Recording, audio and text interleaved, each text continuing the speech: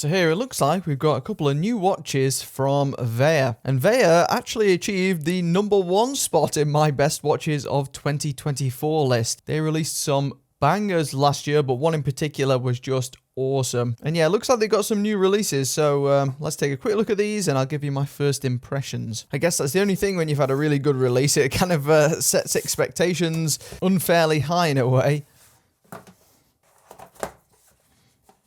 Now, both of these watches are on loan from Veja, so they both will be going back. And also, because these are like sample pieces, the packaging may vary a tiny bit.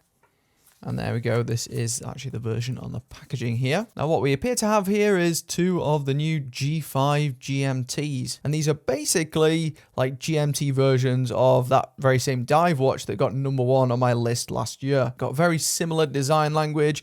Really like this one on the left in particular. I think this is very, very good looking in a similar vein to that last one. Now, they did tell me a couple of things about these before sending them over, because the G5 is actually a watch that I've reviewed before, but that one was quite different to these. That was an old version, which was a fully blacked out tactical design. Wasn't 100% to my taste. I've never been so into tactical watches. It was a high quality watch, no doubt, but it was also quite thick, and that's one of the key things apparently Veja's done with this new design. They've made it quite substantially thinner, and it definitely looks it. I mean, this isn't the thinnest watch in the world by any stretch, but for an automatic GMT, it still is pretty thin, especially considering it's using a raised crystal. Very, very nice work there. I think they also told me this one was heavily inspired by an older Rolex model. It's not a one-to-one clone by any means, but it certainly looks like a certain 50s one. So I'll pop that up on the screen now if you want to take a quick look at it. These mid-century designs have really always been my kind of thing, and this is stunning. Love the markers and the chaptering on this. I'll give you a real close-up. Look at that. I think that is absolutely spiffing. 39mm this. I'll quickly run you through some of the other specs as well. I think both of these watches are technically the same, just aesthetically a bit different. So these use in a 316L stainless steel case, which is pretty much the norm these days. 200-meter water resistance rating. We've got a screwed rear and a screw down crown here.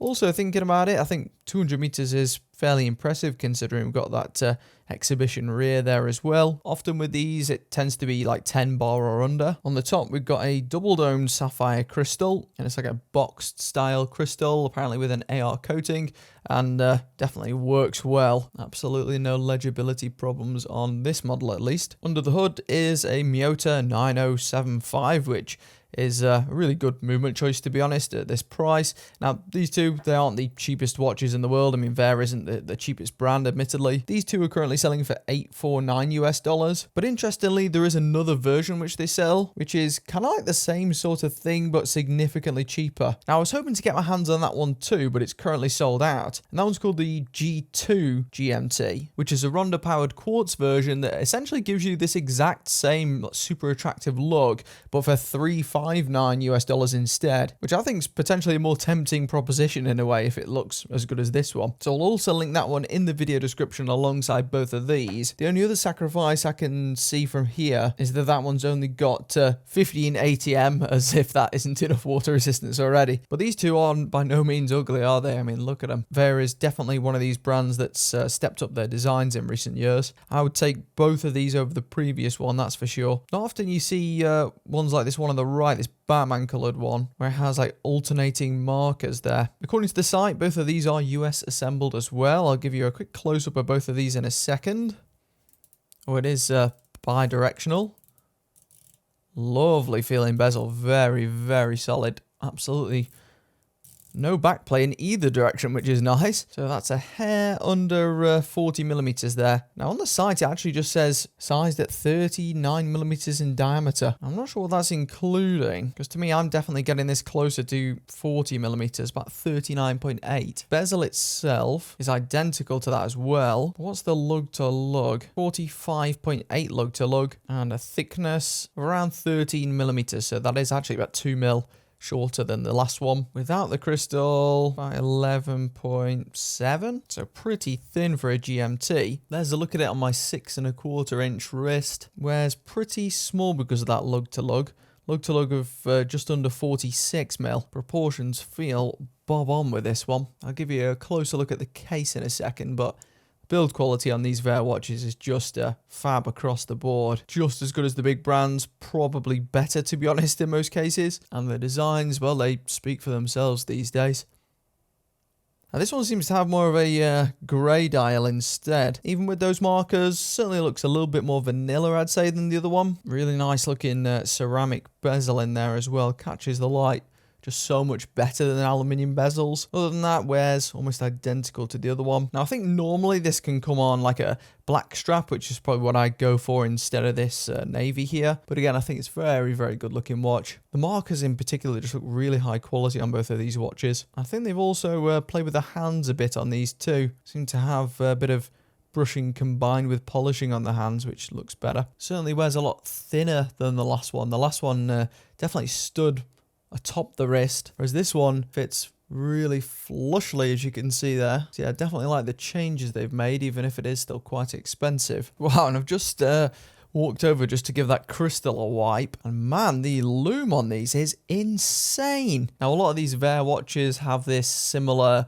Omega inspired case. A lot of people have said it's a direct copy of an Omega, but it isn't quite. And it seems to have this tub-like shape from the bottom, which I really like. I think it makes the watches wear smaller. They do have a very similar set of lugs, I've got to admit. And you know what? The more I see this, the more I'm excited for that quartz one. And I think there's a reason that one sold out so quick, because you can basically get this like top tier design work for $300 pretty much. I'm just not sure if I can think of a deal that beats that, really, at least aesthetically. Probably the nicest looking dive watch I can think of in that price range has to be something like the Orient Mako Sport, which is decent, but it's got its problems. And that one may be automatic, but I mean, something like this just looks so much better, doesn't it? Now, they may have made some trade-offs with that one, perhaps. Maybe they've downgraded it in some areas, so maybe it won't look quite as nice as this one. I think on camera, though, I think maybe the other one looks better. Certainly has more of like a sunburst finish dial, or like a shiny dial to it. Crystal, again, is the perfect choice for these. Keeps it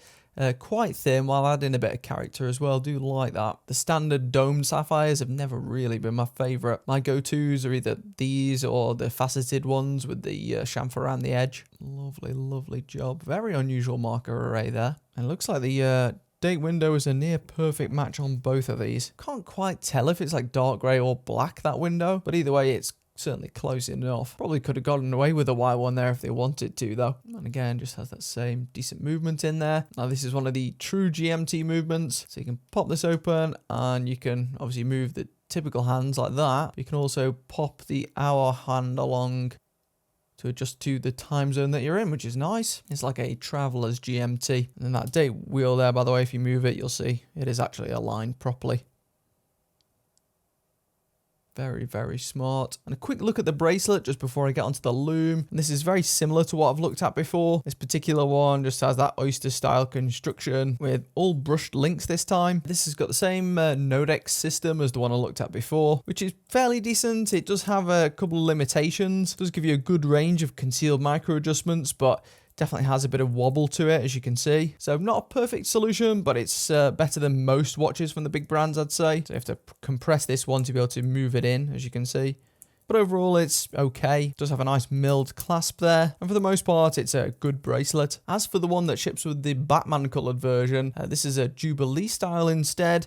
And importantly, it actually has female end links there as well. So if you wanted something that conformed better, that would definitely do so. Seems to have the same sort of clasp there as well, though. Now, on to the luminescence. Now, previous Vair watches have had just fantastic lume. And actually, these two seem to have very different luminescence. I haven't actually even lit them up yet. It looks like my torch is beginning to run out of battery on me, but as you can see, we've got some real bright performers here. So yeah, the colour of the lume varies depending on which version you go for, but the performance on each is just stonking, really. That's been over a minute now, and they're still super bright, both of them, so guess it doesn't really matter which one you pick. That's way better than most big brands by some margin. At this point, Vair's just one of these companies that, you know, whatever they release, it's gonna look good and be built extremely well, and these are no exception. Albeit they are more expensive than what I mostly cover on this channel, but I kind of wanted to cover them to at least mention the fact that you can kind of get this design for 350 bucks if you really want to. I'll link them below along with the G2 variant as well if you want to take a look at them.